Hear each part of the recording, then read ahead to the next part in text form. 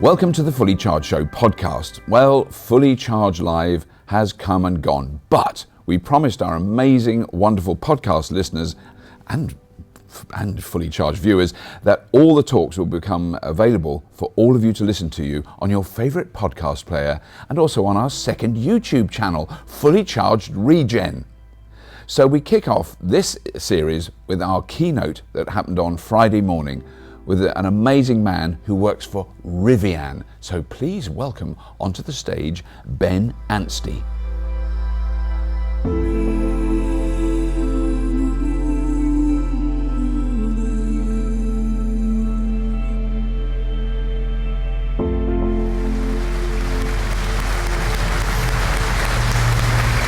Thank you, Ben. Thank you. So if we sit there and there.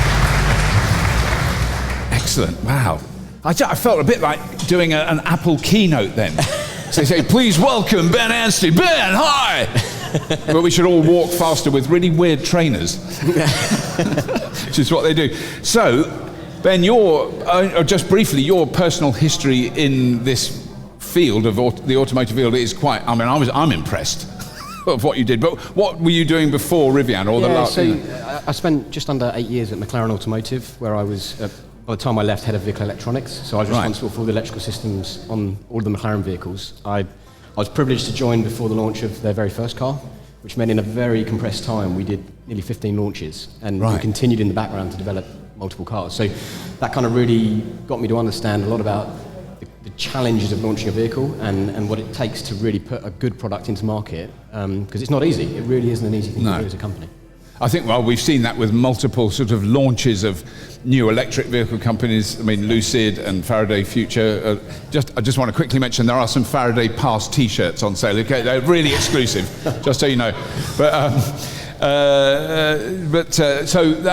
So that was a great thing. Here's the thing I really want to know. When we first came across Rivian, it wasn't like you'd started working on the vehicle like 6 months ago and you displayed it. It had been a long time in development. Yeah, so that's testament to our founder, RJ. I mean, the company now is 10 years old, and for the 9 years that led up to LA launch, it was all in stealth. And because we didn't hear a peep, and that I do get all these sort of things coming through all the time. Very specific strategy. I mean, there are a number of companies that will launch an image to talk about a product that may or may not come in the near future. And the moment you do that, you start a amount of generation of media interest that then you have to keep up with. Whereas RJ was very clear we wanted to have the production vehicles available, so that what we launched on day one was a brand, on day two it was 2 vehicles. Right. And immediately you're talking to customers and understanding if you've got the right product, rather than kind of trying to build that as you go. Yeah. And I think it was also, because I've always been sort of slightly moaning about the fact that we're getting a lot of launches of very large SUVs, high-end, expensive vehicles, which is, I completely understand the reasoning behind that, but what we're desperate, and what most people are desperate for, is a more affordable, sensible, smaller vehicle. But the American market is very different. Having once driven a Prius in Los Angeles, and the wheels of the SUVs and pickup trucks I was near were higher than the roof, and I was just like terrified. For me, coming from low-slung sports cars, it was staggering. Yeah, the size of the vehicles. The size of vehicles. Because I always think the Tesla Model S is a kind of too big for the UK. Honestly, that is a compact hatchback in California. But I think to talk about large vehicles, everything needs to move towards electric. And I think customer needs a lot of opportunity to pick the car for them. If you try and force the wrong products, you've got another blocking point to the market. And so I agree with you around the size of them, and the platform enables us to develop technology which can translate to a smaller vehicle if we so chose. But at the moment, that's the vehicle that is in demand. So if you want to really move the needle on kind of electric sales, you've got to offer vehicles that the customer wants. Yeah. So that's where we started. So just give us for the 3 people in the room who haven't haven't heard of video of Rivian, is the sort of basic stats of it. So because it's bonkers. I mean, it's incredible. So, I mean, we're very much specifically going after the kind of lifestyle adventure market. So whether you're into a lot of off-roading or overlanding, the vehicle has to be capable. So if you think about what a Range Rover Sport offers, it's that level of premium quality with a lot of off-road capability. Right. So we've got, 1 metre weight depth, we've got great entry and exit departure, large clearance for off-road, and then a really capable vehicle. And in the video it was described about torque vectoring and how you get the limits of grip. So there are a lot of things you can do with electric that you can't easily do with a combustion engine. Yeah. And then you've got the other side of it, which is not everyone does that. People just want to use vehicles to go what they want to do over weekends, whether it be surfing, kayaking, or just go trekking. So you still need a vehicle that allows you to take you and your family to the adventure that you want to go on. Yeah. And the vehicle is just that. It's the vehicle to get you there. And when you get there, you do something else. Yeah. So from the performance on road, electric gives you natural benefits. 0 to 60, just over 3 seconds. And, range because of the size with 400 miles plus, given the much larger battery pack. So right.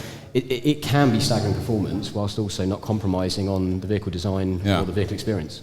And so that the interesting story that happened really after we first met Rivian at the car show was what the impact it had there was phenomenal, but not so much on, it was the impact on the public, well, I'm sure was really reassuring for you, but the impact from the industry. Yeah. So you got approached fairly rapidly by Ford. Yeah, I mean, we've recently announced, obviously, Amazon invested in us in February, and then Ford last month. So there's a huge amount of interest from players that are naturally moving towards this space, and they see Rivian as a kind of a company that offers both technology, but obviously supports what we're trying to do. So it's not a threat, it's an opportunity. And so we see that as a good validation of what we're doing. And you can imagine the kind of discussions in the background that verified the technical product. For us, that was really important, because it means that we have done a job that is seen by others to be incredible. We've got to launch it now, and that's the challenge. Yeah. So, I mean, the next steps then are to finalise and build a manufacturing plant. But you've already got a factory building. In a sense, is there a sort of similarity to Tesla taking over the factory? They took it over in California. Is that? Yeah, is it fair to compare that? Yeah, I mean, the biggest challenge of launching the car once the design's done is getting the supply chain and getting the marketing, hitting the volume, because then you've got to hit a demand.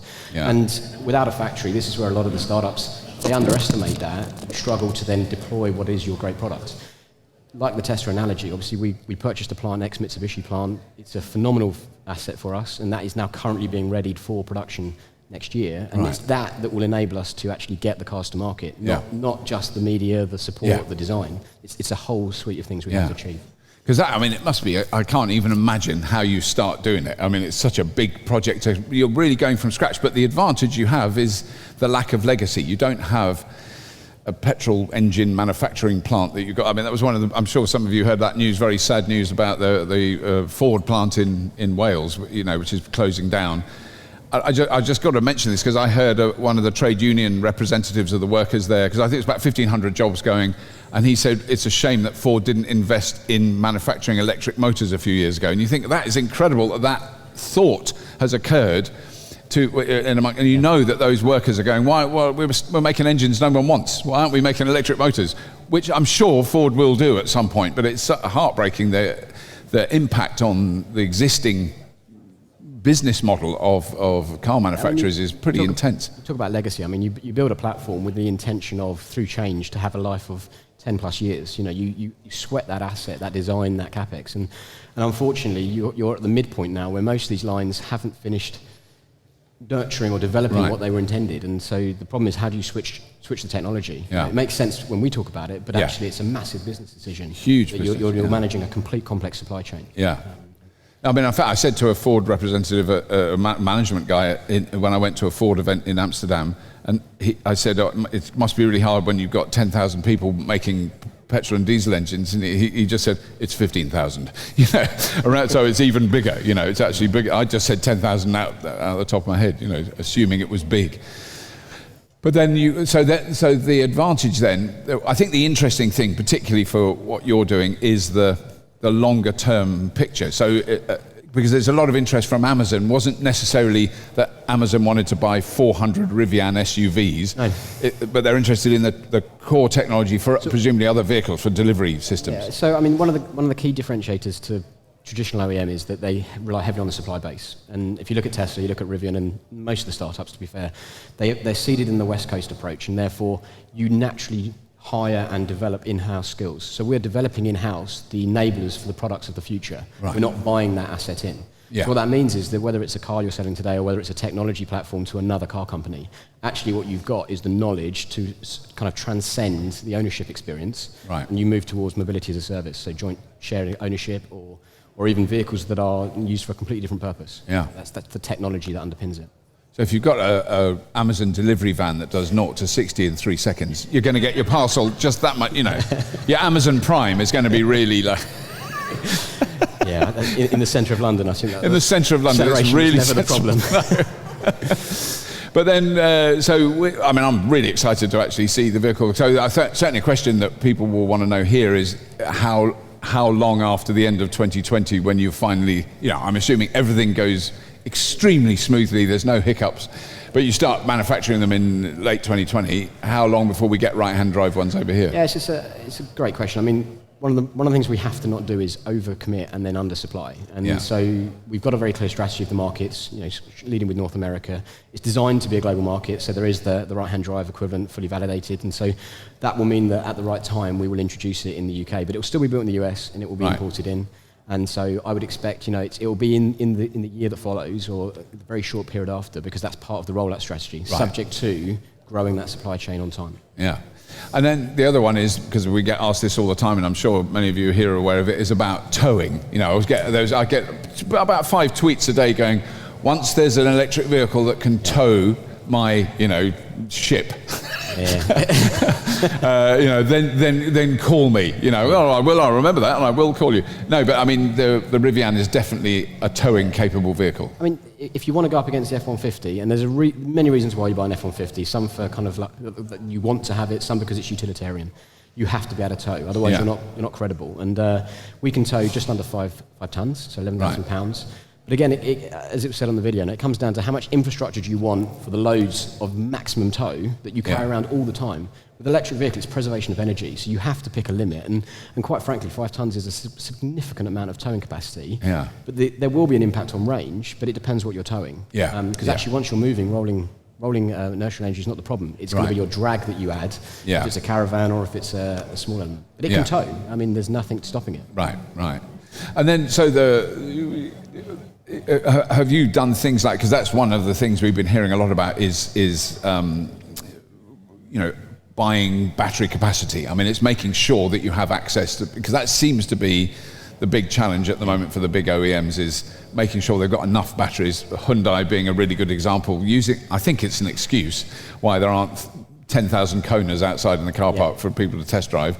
It's such a shame, and we have one, and it is a brilliant car, but they're saying it's sourcing batteries. So fortunately, I'm neither in purchasing nor batteries, so I get to not have to personally deal with that problem. Right. It's a significant problem for all of the industry, quite frankly.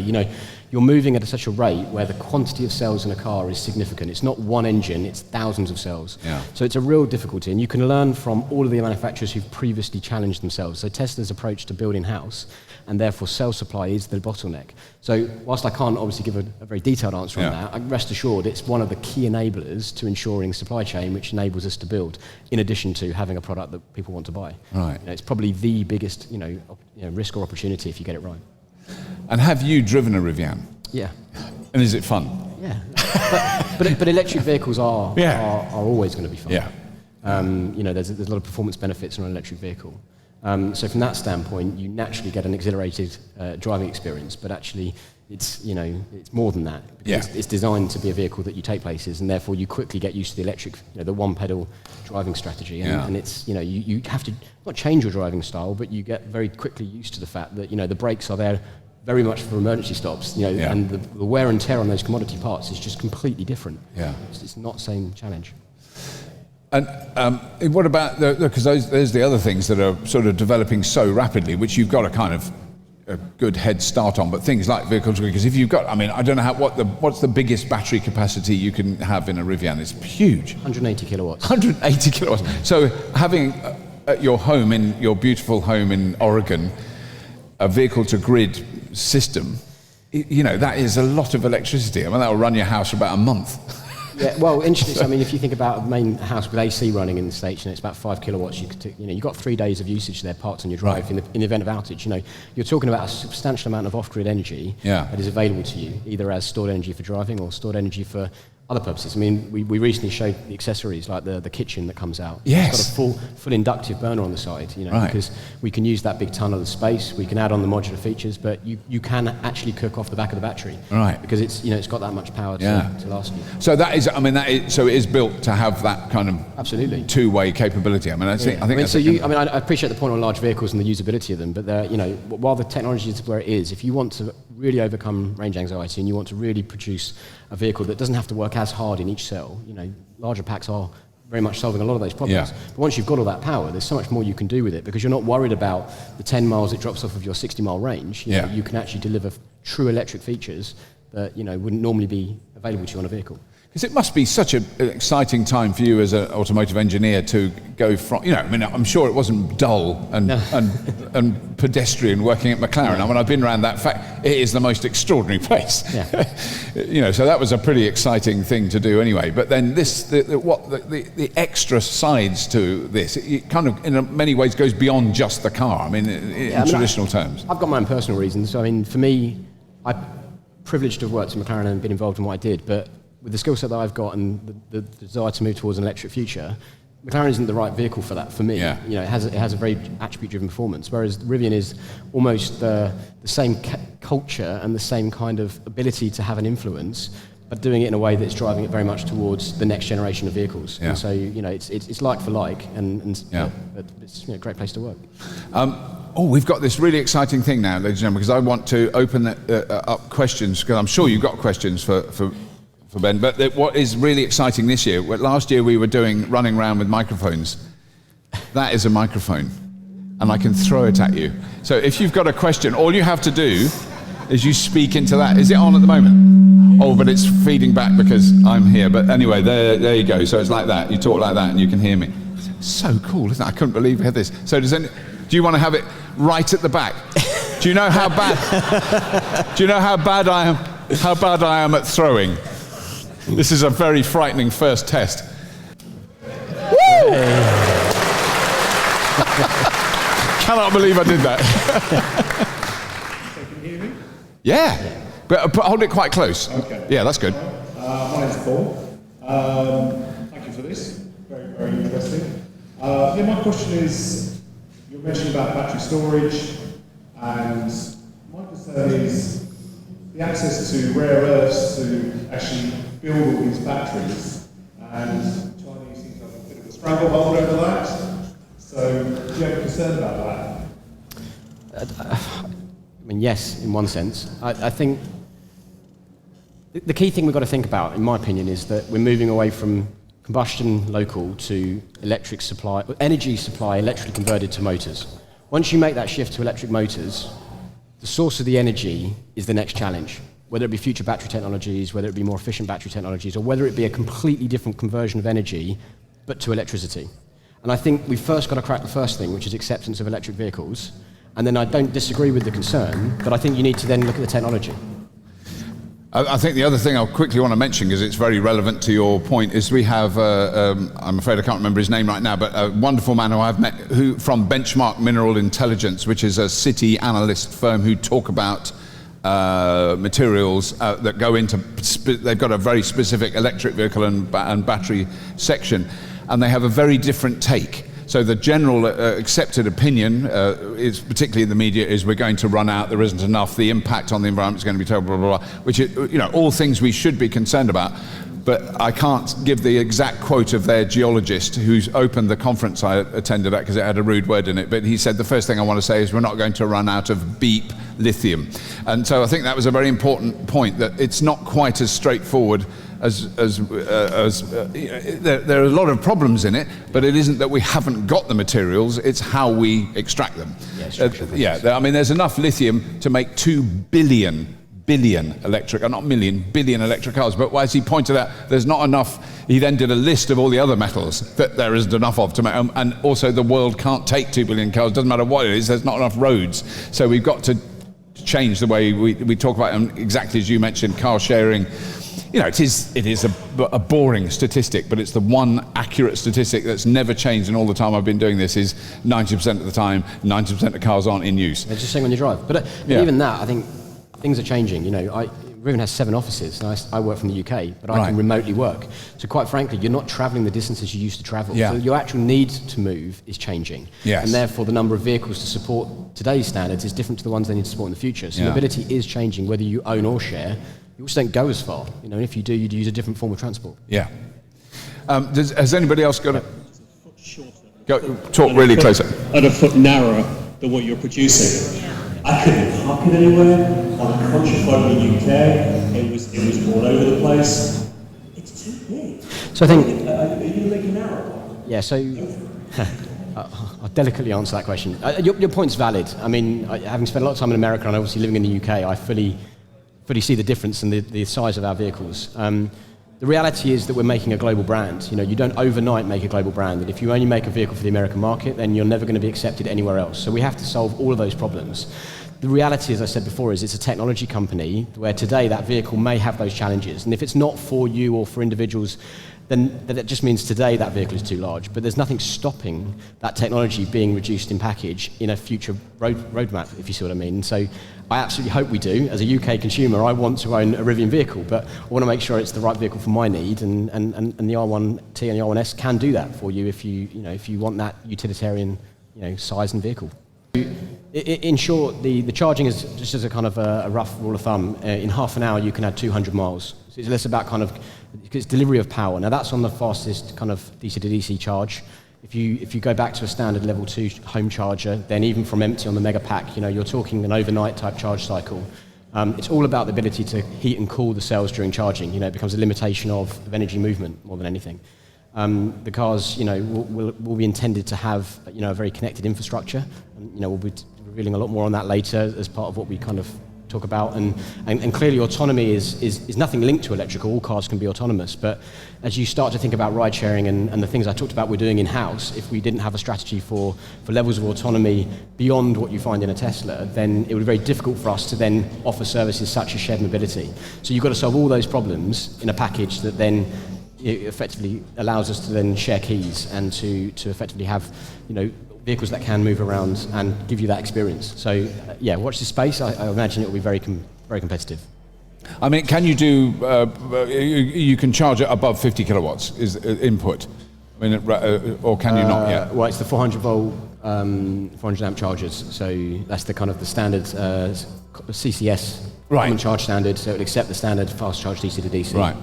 But I was just thinking, because a lot of the new models are charging at like 110 kilowatts, so more than... So our standard CCS and Chatham at the moment is 50 kilowatts. Yeah, standard CCS. I mean, you're talking about roadmaps now of what is the battery technology, and then a lot of that comes down to what voltage rail. And so to get high power, you've got to go high voltages. Yeah. And then everyone is looking at that what's next to get... Because it's all about charge times. And and synonymous with how long does it take to fill up a petrol car. Yeah. You're always trying to get back to that strange dilemma, which is wrong, because you plug it in when you get home, you charge up the 10 miles that you did, and it's charged when you get out in the morning. It's a completely different use case. Yeah.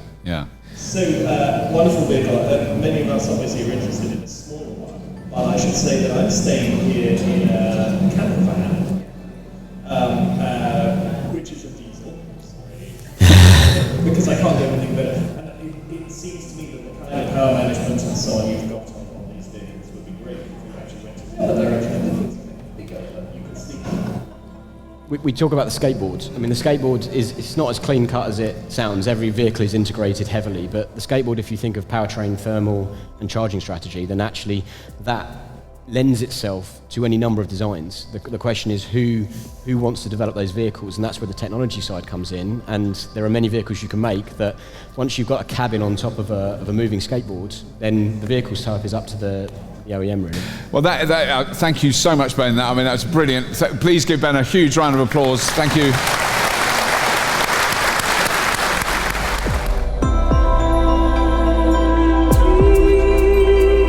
Well, that was really interesting. So do please subscribe, share this episode if you want to with your mates, and if you attended Fully Charged Live, a huge thank you to everyone who came. It was an amazing event. incredibly friendly.